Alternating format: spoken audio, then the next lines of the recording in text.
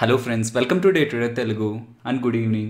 Sensex 1148 points rise అయ్యి 51,445 దగ్గర close అయితే నిఫ్టీ 326 పాయింట్స్ రైజ్ అయ్యి 15,246 దగ్గర క్లోజ్ అవ్వడం జరిగింది. మార్కెట్లో ఉన్న అప్డేట్స్ మాట్లాడుకునే ముందు నిన్న టాటా మెటాలిక్స్ రిలేటెడ్గా ఆ కంపెనీ యొక్క ప్రొడక్ట్స్ అండ్ ఆ కంపెనీ రిలేటెడ్గా నెట్ ప్రాఫిట్ గ్రోత్ కానీ ROE ROCE and debt to equity ఇవి చూసి కామెంట్ సెక్షన్లో మెన్షన్ చేయండి అన్నాను. బట్ చాలా తక్కువ రెస్పాన్సే వచ్చింది. ఈవెన్ మీరు న్యూ కంపెనీస్ని ఎవరైనా సజెస్ట్ చేస్తున్నా వాటిని కూడా మీ ఓన్గా మీరు అలా చెక్ చేసుకుంటూ ఉండొచ్చు. మీకు అది అలవాటు అవుతుందని నేను అలా చెప్పాను. బట్ తక్కువ రెస్పాన్స్ ఉంది కాబట్టి ఒక కమింగ్ డేస్లో నేనే ఒక కంపెనీని తీసుకొని డెడికేటెడ్గా దాన్ని అనాలిసిస్ చేసి ఫైనల్లీ ఛానల్ అయితే అప్లోడ్ చేస్తాను. అండ్ ఇప్పటి వరకు వాచ్ లిస్ట్ స్టాక్స్ అని మెన్షన్ చేస్తూ నేను మీకు 3 సెట్ ఆఫ్ స్టాక్స్ని మెన్షన్ చేశాను. ఫస్ట్ వాచ్ లిస్ట్లో Tata chemicals, IOL chemicals, Deepak nitrite గురించి మాట్లాడుకున్న మార్చి 1న, అలాగే మార్చి 2న 4 స్టాక్స్ని మెన్షన్ చేశాను. Like APL Apollo tubes, Tata power, Tata motors, Mrs Bectors food. And ఇవాళ Amrutanjan health, Tata consumer, IRCTC స్టాక్స్ని థర్డ్ సెట్ ఆఫ్ స్టాక్స్గా అయితే నేను ట్విట్టర్లో మెన్షన్ చేశాను. అదే డేటా అండ్ టెలిగ్రామ్లో అండ్ ఇప్పుడు వీడియోలో కూడా మెన్షన్ చేస్తున్నాను. ఇఫ్ పాసిబుల్ మీకు ఒకవేళ ఫ్రీ టైం ఉంటే అమృతాంజన్ హెల్త్ కేర్ రిలేటెడ్గా వాళ్ళ అఫీషియల్ వెబ్సైట్లోకి వెళ్ళి వాళ్ళు తయారు చేసే ప్రోడక్ట్ ఏంటి అండ్ ఆ ప్రోడక్ట్కి కావాల్సిన రా మెటీరియల్ ఏంటి. సో ప్రోడక్ట్ అందరికీ తెలిసి ఉంటుంది అమృతాంజన్ అనగానే, బట్ ఆ ప్రోడక్ట్కి కావాల్సిన రా మెటీరియల్ ఏంటి అండ్ పాసిబుల్ ఆ raw material prices last 2 months నుంచి ఎలా మారుతున్నాయి అనేది గమనించండి. బట్ నెక్స్ట్ కమింగ్ డేస్లో ఇలా నేను మీకు వర్క్ ఇవ్వడం కాకుండా మా వాచ్ లిస్ట్లో ఉన్న స్టాక్స్లో ఏదైనా కంపెనీ అట్రాక్టివ్ లెవెల్స్లో ఉందనుకున్నప్పుడు ఆ కంపెనీ రిలేటెడ్గా డెడికేటెడ్ వీడియోని ఫుల్ డేటాతో మన ఛానల్లో అప్లోడ్ చేస్తాను. నెక్స్ట్ మన వాచ్ లిస్ట్ 2లో మెన్షన్ చేసిన 4 స్టాక్స్లో టాటా పవర్ రిలేటెడ్గా ఇవాళ ఒక ఇంపార్టెంట్ అప్డేట్ అయితే రావడం జరిగింది. టాటా పవర్ వాళ్ళు, టాటా స్టీల్ వాళ్ళు ఒక అగ్రిమెంట్కి వెళ్ళారంటున్నారు. అగ్రిమెంట్ ప్రకారం టాటా స్టీల్కి సంబంధించిన పవర్ని సప్లై చేయడానికి ఒక సోలార్ పవర్ ప్లాంట్ని టాటా పవర్ వాళ్ళు ఎస్టాబ్లిష్ చేయబోతున్నారంటున్నారు. ఈ సోలార్ పవర్ ప్రాజెక్ట్స్కి వచ్చే అడ్వాంటేజ్ ఏంటంటే వీటికి పీపీఏ ఉంటుంది, లైక్ పవర్ పర్చేస్ అగ్రిమెంట్ ఉంటుంది. సో టాటా స్టీల్ అవసరాల కోసం ఇప్పుడు టాటా పవర్ వాళ్ళు ఆ సోలార్ ప్లాంట్ని ఎస్టాబ్లిష్ చేయబోతున్నారు కదా, అందులో జనరేట్ చేసే పవర్ని 25 years పాటు ఈ రేట్లో కొనుక్కుంటామని టాటా స్టీల్ వాళ్ళు ముందుగానే అగ్రిమెంట్ చేసేసుకుంటారనమాట. మీన్స్ ఆ పవర్ ప్లాంట్, ఆ సోలార్ పవర్ ప్లాంట్ రిలేటెడ్గా నెక్స్ట్ 25 years రిలేటెడ్గా బిజినెస్ అనేది పీపీఏ ద్వారా, పవర్ పర్చేస్ అగ్రిమెంట్ ద్వారా ముందుగానే డిసైడ్ అవుతుంది. కాబట్టి ఇది సోలార్ పవర్ ప్రాజెక్ట్స్ చేస్తున్న కంపెనీస్కి అడ్వాంటేజ్గా ఉంటుంది. ఇక్కడ టాటా పవర్కి అడ్వాంటేజ్ వస్తుంది. ఇదనే కాదు, ప్రజెంట్ వస్తున్న స్పెక్యులేషన్ ఎలక్ట్రిక్ వెహికల్ మ్యానుఫ్యాక్చర్ అయిన టెస్లా వాళ్ళకి చైనా కంటే కూడా బెటర్ ఇన్సెంటివ్స్ని ప్రొవైడ్ చేసి, మీన్స్ వాళ్ళు ఇండియాలోకి వచ్చి బిజినెస్ చేస్తే చాలా తక్కువ ఖర్చులే, చాలా తక్కువ ట్యాక్సెస్తోనే వాళ్ళ ప్రొడక్షన్ వాళ్ళు చేసుకోవచ్చని ఇన్సెంటివ్స్ ప్రకటించి వాళ్ళని ఇండియాకి తీసుకొచ్చే ప్రయత్నం గవర్నమెంట్ ఆఫ్ ఇండియా చేయబోతుందని అయితే ప్రెసెంట్ అప్డేట్స్ వస్తున్నాయి. ఇండియన్ సినారియోకి టెస్లా కార్స్ సూట్ అవుతాయా లేదా అనేది కొంత పక్క నుంచితే entire electric vehicle theme related గా కొంత పాజిటివ్ బజ్ అయితే క్రియేట్ అవుతుంది. టాటా పవర్ వాళ్ళు ఈ ఛార్జింగ్ స్టేషన్స్ ని కూడా ఆల్ ఓవర్ ఇండియాలో ఎస్టాబ్లిష్ చేస్తున్నారు. కాబట్టి సో కమింగ్ డేస్లో ఎలక్ట్రిక్ వెహికల్ సెగ్మెంట్ అనేది ఫాస్ట్గా గ్రో అవుతుంది, దట్టు ఇండియాలో గ్రో అవుతుంది అనుకుంటే మనం టాటా పవర్ని మన వాచ్ లిస్ట్లో అయితే యాడ్ చేసుకోవచ్చు. అండ్ ఇంకొక స్మాల్ అప్డేట్, అరౌండ్ 327 దగ్గర టాటా మోటార్స్ని వాచ్ లిస్ట్లో యాడ్ చేస్తున్నారు అంటున్నారు. ఇక్కడ నేను ఒకటి మెన్షన్ చేయాలనుకుంటున్నాను. టాటా మోటార్స్ని 140-150 రేంజ్లో ఉన్నప్పుడు సజెస్ట్ చేశాను. అండ్ అదే టాటా మోటార్స్ ఈ వైరస్ కారణంగా వచ్చిన మార్కెట్ ఫాల్లో బిలో 80 ఫాల్ అయినప్పుడు అరౌండ్ 79 కూడా అప్డేట్ చేశాను. సో మార్కెట్ ఫాల్ అయ్యి మనకు ఒక ఆపర్చునిటీ వస్తే డెఫినెట్లీ లోయర్ లెవెల్స్లో మనం ఏ స్టాక్ అయినా బై చేయొచ్చు. అవి ఫాల్ అయితేనే యాడ్ చేయాలి, ఫాల్ అవ్వకపోతే ర్యాలీ అవుతుంటే మనం వెయిట్ చేయాలనుకునే కొన్ని స్టాక్స్ నేను నెగ్లెక్ట్ చేశాను. అవి మల్టిపుల్ టైమ్స్ అక్కడి నుంచి ర్యాలీ అవ్వడం జరిగింది. ఒక క్వశ్చన్ మార్క్ ఉంది ర్యాలీ అవుతుందని, బట్ ఓవర్ వాల్యూలో ఉందని మీకు ఒకవేళ మైండ్లో ఉంటే 20% యాడ్ చేస్తూ వస్తున్న ఫర్దర్ ఫాల్లో రెస్ట్ ఆఫ్ ద అమౌంట్ని యాడ్ చేయడానికి ప్రయత్నించండి. నెక్స్ట్ టాటా కమ్యూనికేషన్స్ గురించి మాట్లాడుకోవాలి. టాటా కమ్యూనికేషన్స్ రిలేటెడ్గా సిఎల్ఎస్ఏ వాళ్ళు కొన్ని పాజిటివ్ స్టేట్మెంట్స్ చేశారు. దాంతో ఇంట్రాడే సెషన్స్లో ఆల్ టైమ్ హైకి స్టాక్ ప్రైస్ అయితే రీచ్ అవ్వడం జరిగింది.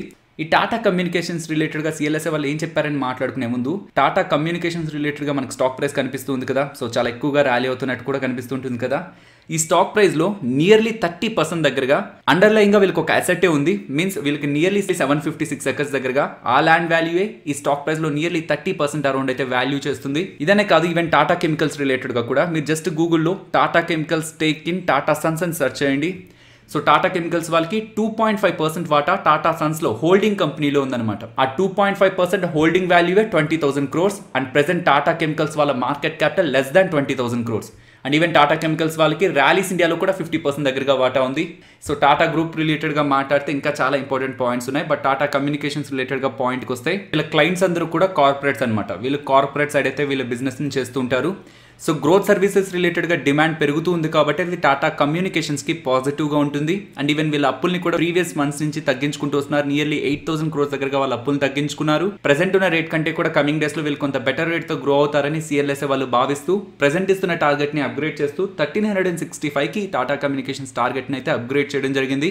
రీసెంట్ టైమ్స్ నుంచి అప్పర్ సర్క్యూట్స్కి వెళ్తున్న నురేకా, అలాగే రీసెంట్ టైమ్స్ నుంచి కొంత స్ట్రాంగ్గా ర్యాలీ అవుతున్న రైల్టెల్, అలాగే హింద్ కాపర్ ఇవన్నీ కూడా ఇంట్రాడే సెషన్స్లో నియర్లీ 5% దగ్గరగా ఫాలో అవడం జరిగింది. గ్లోబల్ గా క్రూడ్ ఆయిల్ ప్రైసెస్ మనకి రీసెంట్ మంత్స్ నుంచి పెరుగుతున్నాయి కదా, వాటి ఒక ఇంపాక్ట్ ఏ స్టాక్స్ మీద ఉంటుందని 2020 జనవరిలో టెలిగ్రామ్ లో ఒక పోస్ట్ అయితే మీకు ఉంటుంది. So impact on crude oil అని.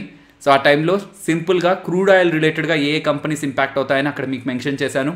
సో పెయింట్స్, అలాగే OMCs లైక్ BPCL కానీ, HPCL కానీ, IOC కానీ, వీటికి అలాగే టైర్స్కి అండ్ ఏవియేషన్ లైక్ ఫ్లైట్స్ని నడుపుతుంటారా వాళ్ళకి క్రూడ్ ఆయిల్ ప్రైసెస్ పెరుగుతూ ఉంటే నెగిటివ్ ఇంపాక్ట్ ఉంటుంది. బికాస్ వాటికి అది రా మెటీరియల్ కాబట్టి రా మెటీరియల్ ప్రైజులు పెరుగుతూ ఉంటే మార్జిన్స్ తగ్గుతాయి, తద్వారా ప్రాఫిటబిలిటీలో కూడా ఇంపాక్ట్ కనిపిస్తుంది.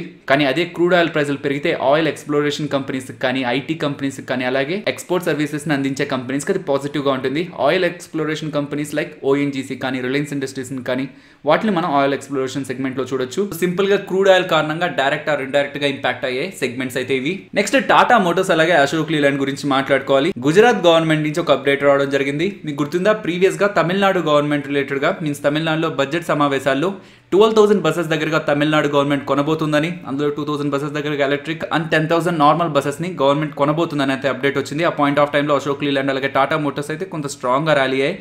బట్ ఇక్కడ మీరు గమనిస్తే గుజరాత్ రిలేటెడ్గా గుజరాత్ బడ్జెట్లో వచ్చిన అప్డేట్లో 50 ఎలక్ట్రిక్ బసెస్, 50 CNG వెహికల్స్, అలాగే 1000 normal buses and 500 Volvo buses Tamil Nadu దగ్గర నుంచి 12,000 బసెస్ కాంట్రాక్ట్ అది. సో పెద్ద ఆర్డర్. బట్ ఇక్కడ గుజరాత్ నుంచి చూస్తే లెస్ దాన్ 2,000 బసెస్ దగ్గరగా అన్నింటినీ కంబైన్ చేసిన అది లెస్ దాన్ 2,000 ఉంది. కాబట్టి తమిళనాడు గవర్నమెంట్ దగ్గర నుంచి అప్డేట్ వచ్చినప్పుడు ఈ స్టాక్స్ లో వచ్చిన ర్యాలీ ఇంట్రోడే సెషన్స్ లో అయితే మనకు కనిపించలేదు. నెక్స్ట్ జొమాటో IPO గురించి మాట్లాడుకోవాలి. ఇయర్ ఎండ్ లోపు జొమాటో వాళ్ళు 7,000 crore IPOతో మార్కెట్ లోకి అయితే రాబోతున్నారు. సో జొమాటో IPO అని చెప్తూ Naukri means info edge company stock ఎందుకు చూపిస్తున్నానంటే ఈ జొమాటో రిలేటెడ్ గా ఇన్ఫో ఎడ్జ్ వాళ్ళకి 19.3% వాటా ఉందన్నమాట. ఈవెన్ IPOకి వస్తున్న కంపెనీస్ కొంత ఎక్స్పెన్సివ్ గానే మార్కెట్ లోకి వస్తాయి కాబట్టి వీళ్ళు హోల్డ్ చేస్తున్న కంపెనీ వాల్యుయేషన్ కూడా IPO ద్వారా కొంత బెటర్ అవుతుంది. సో దట్ అది ఇండైరెక్ట్ గా ఇన్ఫో ఎడ్జ్ ని నౌకరీని కూడా పాజిటివ్ గా ఇంపాక్ట్ చేస్తుంది. సో ఇంట్రెస్టింగ్ గా జొమాటో IPO రిలేటెడ్ గా మేనేజ్మెంట్ చెప్తున్నది, జొమాటో మేనేజ్మెంట్ చెప్తున్నది వస్తున్న IPOలో ఎగ్జిస్టింగ్ గా ఉన్న ఇన్వెస్టర్స్ ఒక్క స్టాక్ ను కూడా సెల్ చేయరని చెప్తున్నారు. అది కంప్లీట్ గా ఫ్రెష్ ఇష్యూ అంటున్నారు. మీన్స్ రైజ్ చేసే డబ్బులంతా కూడా జొమాటోకి వెళ్తుంది అంటున్నారు. ఇవాళ IRCON 7% దగ్గరగా ఫాలో అవడానికి reason government of India IRCON లో OFS ని తీసుకొచ్చారు. ఈ OFS లో ఫస్ట్ 10% వాటాని మీన్స్ 4.7 crores దగ్గరగా షేర్స్ ని సెల్ చేస్తారు. ఆ OFS కి అడిషనల్ గా డిమాండ్ అనేది క్రియేట్ అయితే ఇంకొక 6% మీన్స్ 2.8 crores టోటలీ 16% వాటా దగ్గరగా గవర్నమెంట్ ఆఫ్ ఇండియా OFS ద్వారా సెల్ చేయాలనుకుంటుంది. ప్రెసెంట్ గవర్నమెంట్ ఆఫ్ ఇండియా దగ్గర 89.18% వాటా దగ్గరగా ఉంది. ఇలా 16% వాటాను సెల్ చేస్తే 73.18% వాటా ఆఫ్టర్ OFS గవర్నమెంట్ దగ్గర అయితే ఉంటుంది. అండ్ ఈ OFS ద్వారా 660 crores దగ్గరగా గవర్నమెంట్ ఆఫ్ ఇండియా రైజ్ చేయాలనుకుంటుంది. ఇంతకీ ఇలా 7% ఫాలో అవడానికి రీజన్ వీళ్ళు OFS ని తీసుకురావడం కాదు, ఇలా OFS ని తీసుకొస్తూ OFS ఒక ఫ్లోర్ ప్రైస్ ని 88 గా ఫిక్స్ చేయడం జరిగింది. కాబట్టి 98 రూపీస్ దగ్గరగా ట్రేడ్ అవుతున్నప్పుడు 88 రూపీస్ ఫ్లోర్ ప్రైస్ అని చెప్పడంతో ఇంట్రాడే సెషన్స్ లో నియర్లీ 7% దగ్గరగా స్టాక్ ప్రైస్ ఫాలో అవడం జరిగింది. బట్ ఇక్కడ ఒక ఇంపార్టెంట్ అబ్జర్వేషన్ చేయాలి. ప్రీవియస్ గా సేల్ రిలేటెడ్ గా OFS తీసుకొచ్చినప్పుడు, IRCTC రిలేటెడ్ గా OFS తీసుకొచ్చినప్పుడు స్టాక్ ప్రైజెస్ అయితే ఫాలో అయ్యాయి. అండ్ సేమ్ సినారియో IRCON లో కూడా కనిపిస్తుంది. కాకపోతే వన్స్ OFS కంప్లీట్ అయిన తర్వాత ఆ సేమ్ స్టాక్స్ ఏదైతే ఈ OFS కారణంగా నెగిటివ్ సెల్లింగ్ ప్రెషర్ కి వెళ్ళుంటాయో వాటిల్లో కొంత మంచి రికవరీ కూడా కనిపించింది. నెక్స్ట్ మ్యారికో గురించి మాట్లాడుకోవాలి. మ్యారికో వాళ్ళు డివిడెండ్ అయితే ప్రకటించారు. Per share 4 rupees 50 paise dividend అయితే షేర్ హోల్డర్స్ కి క్రెడిట్ చేస్తారంటున్నారు. ఈ డివిడెండ్ రిలేటెడ్ గా డేట్స్ అప్డేట్ అయిన తర్వాత నేను అగైన్ ఆ డేట్స్ ను కూడా నేను మీకు అప్డేట్ చేస్తాను. నెక్స్ట్ అమెరికాకు సంబంధించిన క్లాస్ 8 ట్రక్ సేల్స్ డేటా అయితే రిలీజ్ అవ్వడం జరిగింది. సో ఇయర్ ఆన్ ఇయర్ కంపారిజన్లో 212% దగ్గరగా రైజ్ అయింది. కాకపోతే ఇయర్ ఆన్ ఇయర్ కంపారిజన్ చేయడం కరెక్ట్ కాదు. బికాస్ లాస్ట్ ఇయర్ ఫిబ్రవరిలో ఈ వైరస్ కారణంగా సేల్స్ అన్ని డ్రాప్ అయ్యాయి. సో ఆ టైంతో కంపేర్ చేస్తే 200% గ్రోత్ ఉండడం అనేది పాజిటివ్ కాదు. బట్ మంత్ ఆన్ మంత్ కంపారిజన్లో 4% దగ్గరగా ఈవెన్ లాస్ట్ మంత్ కూడా సేల్స్ బాగొచ్చాయి అనుకున్నారు. ఈవెన్ వాటికంటే 4% గ్రో అవడం అనేది మనం ఇంకా పాజిటివ్గా చూడొచ్చు. దీని రిలేటెడ్గా భారత్ ఫోర్జ్ కానీ, రామకృష్ణ ఫోర్జింగ్స్ కానీ, ఈవెన్ అది మదర్స్ అండ్ సుమిక్ కూడా ఇండైరెక్ట్గా, అలాగే GNA యాక్సిల్స్ కూడా ఇండైరెక్ట్గా అయితే పాజిటివ్గా ఉంటుంది. కాబట్టి ఇలా వచ్చిన వెంటనే మీకు భారత్ ఫోర్జ్ అలాగే రామకృష్ణ ఫోర్జింగ్స్ అండ్ నేమ్స్ అయితే మెన్షన్ చేశాను. బట్ భారత్ ఫోర్జ్ నియర్లీ 1% నెగిటివ్లో క్లోజ్ అయింది. బట్ రామకృష్ణ ఫోర్జింగ్స్ నియర్లీ 6% దగ్గరగా పాజిటివ్లో క్లోజ్ అయింది. బట్ వచ్చిన డేటా భారత్ ఫోర్జ్ కూడా పాజిటివే. నెక్స్ట్ ఐపీఓస్ అండ్ వాటి గ్రే మార్కెట్ ప్రీమియం గురించి మాట్లాడుకోవాలి. హెరాన్బా ఐపీఓ ఒక గ్రే మార్కెట్ ప్రీమియం 40% దగ్గరగా రన్ అవుతుంది. ఎంటార్ టెక్నాలజీస్ ఒక గ్రే మార్కెట్ ప్రీమియం 75% దగ్గరగా రన్ అవుతుంది. And ease my trip IPO ఒక గ్రే మార్కెట్ ప్రీమియం 90% దగ్గరగా రన్ అవుతుంది. సో ఉన్న వాటన్నిటికంటే ఈజ్ మై ట్రిప్ ఐపీఓకి గ్రే మార్కెట్లో ఒక స్ట్రాంగ్ డిమాండ్ అయితే ప్రెసెంట్ రన్ అవుతుంది. ఈ ఐపీఓ ప్రైజింగ్ని కూడా అప్డేట్ చేశారు. 186 to 187 ఈ ప్రైస్ బ్యాండ్లో వీళ్ళు మార్కెట్లోకి రావాలనుకుంటున్నారు. And lot size 80 shares. And ఈ ఒక అప్లికేషన్ మనం వేయాలంటే 14,960 రూపీస్ మన దగ్గర ఉండాల్సి ఉంటుంది. Entire issue size 510 crores. ఇందులో రీటైలర్స్ కి 10% వాటా మాత్రమే, మీన్స్ 51 crores దగ్గరగా మాత్రమే ఈ ఐపీఓలో రీటైలర్స్ కి అయితే రిజర్వేషన్ ఉంది. నెక్స్ట్ నిఫ్టీ అలాగే bank nifty support and resistance మాట్లాడుకోవాలి. నిన్నటి రెసిస్టెన్స్ గా మనం 15,070 అనుకున్నాం. ఫస్ట్ హాఫ్ లో రెసిస్టెన్స్ దగ్గర నిఫ్టీ రిజెక్ట్ అయ్యి డౌన్ సైడ్ అయితే ఫాలో అయింది. కానీ నెక్స్ట్ అదే సేమ్ రెసిస్టెన్స్ ని క్రాస్ చేసి నియర్లీ 15,240 దగ్గరగా నిఫ్టీ అయితే క్లోజ్ అవడం జరిగింది. నిఫ్టీ సపోర్ట్ గా 15,070 ని గమనిస్తున్నాను. అండ్ రెసిస్టెన్స్ గా కొంత దూరమే వెళ్తున్నాను. బికాస్ 15,200 అబో మార్కెట్ రిలేటెడ్ గా మనం 15,500 వరకు ర్యాలీని అయితే ఎక్స్పెక్ట్ చేయొచ్చు. మీన్స్ ఇంకొక 300 పాయింట్ కూడా మార్కెట్ స్ట్రెచ్ అవడానికి పాసిబిలిటీ ఉంటుంది. కాకపోతే ఇక్కడ నుంచి టాప్ సైడ్కి వెళ్తున్నప్పుడు దగ్గరగా ఒక లెవెల్ ని చూడాలనుకుంటే 15,380 నేను రెసిస్టెన్స్ గా గమనిస్తున్నాను. And bank nifty support 35,560 and resistance 37,150. రేపు మనకి వీక్లీ ఎక్స్పైరీ ఉంది. సో ప్రెసెంట్ ఫామ్ అవుతున్న డేటా ప్రకారం చూస్తే హై యాక్టివిటీ మనకి 15,500 దగ్గర ఉంది. నియర్లీ 44,000 దగ్గరగా కాంట్రాక్ట్స్ ఇక్కడ బిల్డ్ అవుతున్నాయి. అండ్ ఇక్కడ నుంచి డౌన్ సైడ్కి చూస్తే 15,100 దగ్గర నియర్లీ 52,000 దగ్గరగా కాంట్రాక్ట్స్ అక్కడ బిల్డ్ అవుతున్నాయి. సో 15,100 to 15,500 ఈ 400 పాయింట్ రేంజ్లో నిఫ్టీ ఉంటుందని రేపటి ఎక్స్పైరీ కాంట్రాక్ట్లో అయితే డేటా బిల్డ్ అవుతుంది. కాకపోతే మంత్లీ ఎక్స్పైరీ కాంట్రాక్ట్లో ఈవెన్ 15,500 దగ్గర కూడా కాల్ సైడ్ మనకు అన్వైండింగ్స్ అయితే కనిపిస్తున్నాయి. బట్ అదే పుట్ రైటర్స్ ఒక యాక్టివిటీని గమనిస్తే మంత్లీ ఎక్స్పైరీలో 15,100 ఈవెన్ 15,000 దగ్గర స్ట్రాంగ్ ఓఐ మీన్స్ కాంట్రాక్ట్స్ అయితే అక్కడ బిల్డ్ అవుతూ ఉన్నాయి. సో ప్రీవియస్ ఆప్షన్ చైన్ డేటాలో కూడా మనం అనుకుంటూ వస్తున్నది 15,000 బ్రేక్ అయ్యి టాప్ సైడ్ సస్టైన్ అయితే 15,200 ఇమీడియట్గా, దెన్ అది కూడా బ్రేక్ అయ్యి సస్టైన్ అయితే 15,500 అని. సో అబౌవ్ 15,200 ఉన్నాం. సో 15,200 డౌన్ సైడ్ బ్రేక్ అవ్వనంత వరకు మనం 15,500 మార్క్ని అయితే ఎక్స్పెక్ట్ చేయొచ్చు. సో ఫైనలీ ఇది ఫ్రెండ్స్ మన వీడియో. నచ్చిందా?